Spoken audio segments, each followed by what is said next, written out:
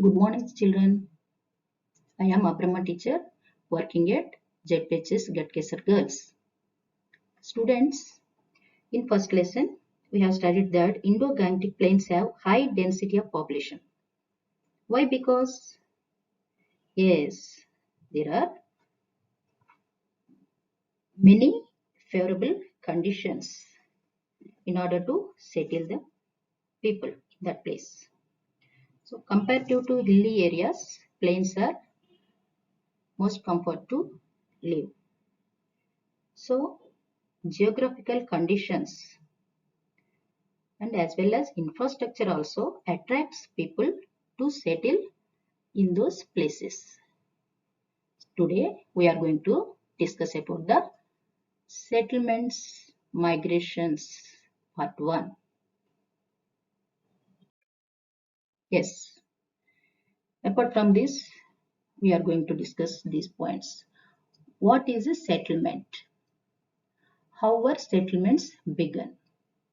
Why do settlements change? What type of places are formed as settlements? In that, the first one is site, the second one is situation, the third one is the history of the place. Yes, first point, what is a settlement? Students, listen carefully. The way we organize ourselves and our living spaces in the place is called settlement. I repeat once again. The way we organize ourselves and our living spaces in the place is called settlement. That is the geographic space where we live and work.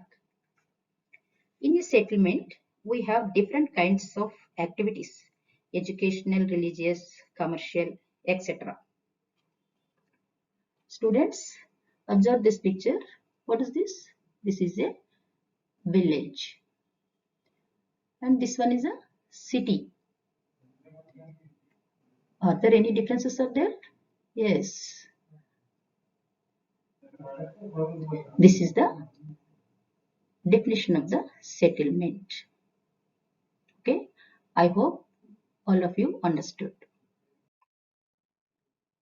Students, how were settlements begun? For about 1.8 lakh years, early humans lived in a band as hunter-gatherers. However, owing to changes in the ways of obtaining food, some and took to the deliberate method of production of food agriculture. Look at this picture, students. This is a rock shelter used by early humans at Bhimbetka, Madhya Pradesh. Yes, students, here is a village, early humans. Observe this picture.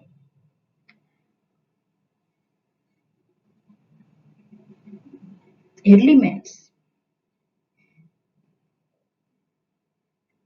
Only 10,000 years ago, the agriculture has begun. It brought about many changes in human lifestyles.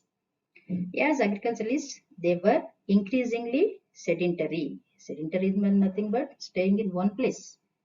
Students, as population increased, there was more specialization. Weavers, potters, metal workers, and other professions emerged.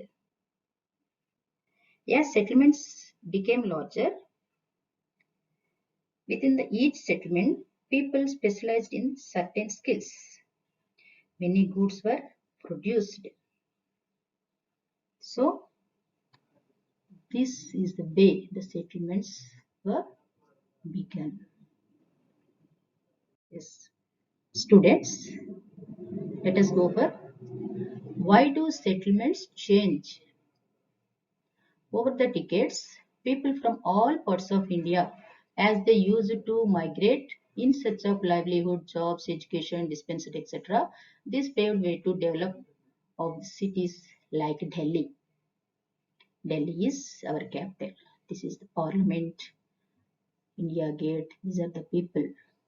This is the plan of the master plan of the Delhi. Students, here is a case study about the Delhi.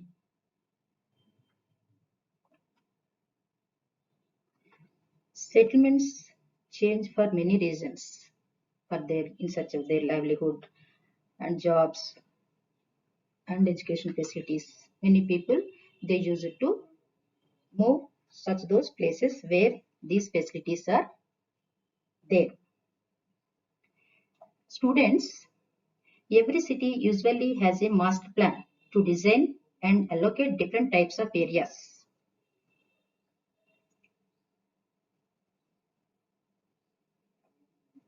such as housing, markets, schools, industries, offices, etc. The city of Delhi had three such master plans, but it would appear that these plans were not being implemented properly.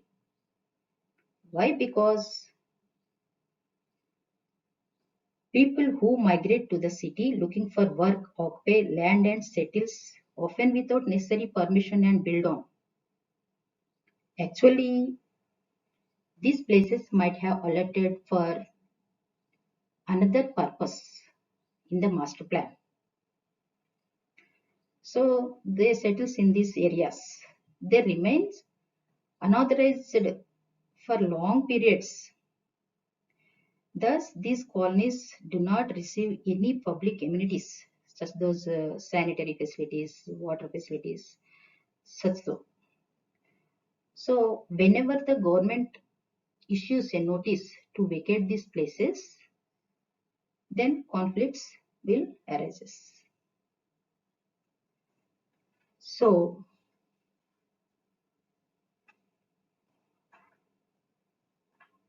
the settlements have been growing in an unplanned manner. Students, not only in Delhi, we may observe in this situation in our Hyderabad also. Hyderabad, Bangalore, and Bombay, Kolkata, Chennai. These cities are growing in unplanned manner.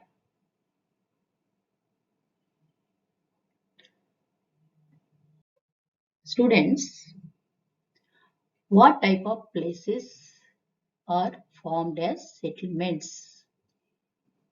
Number one, site. Site. Site refers to the characteristics of the place.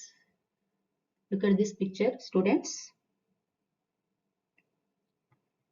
Its topography, altitude, characteristics of water bodies like lakes, rivers, underground water, types of soil, security, shelter from the natural forces, and so on. Places which had favorable water supply and good protection from invasions were preferred. For example, Chhatrapati Shivaji built a fort in Pratapgarh. This is the Pratapgarh fort in Maharashtra. This site was chosen because of its altitude from where all the surroundings are could be seen. This provided military security. The second one is situation. Situation describes the connection with other places. Students, places do not exist in isolation. They are in some way connected to other places. For example, this is Vishakhapatnam. Observe this map. Vishakhapatnam is located on the coast and connects to many places in and outside of India. Look at this port area. And aerodrome, airport is there, railway stations are there. So this Vishakhapatnam is connecting in another places. The third one is the history of the place. The history of the place indicates growth in economic and social opportunities, which lead to population growth. Students, Vishakhapatnam has a long history. It was ruled by different dynasties during pre-colonial times. During 19th century, the British and French fought a naval battle over this city. Coastal places were of immense significance for colonial powers because they could build ports there. These ports would enable export to raw materials to the colonizing country.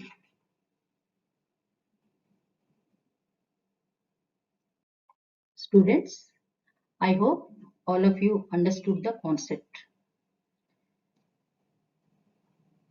Students, write brief notes on the following. What is a settlement? How did human lifestyles change with settlement?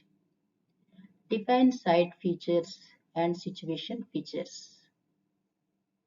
Okay? Right. We will meet in another session. Okay? Bye.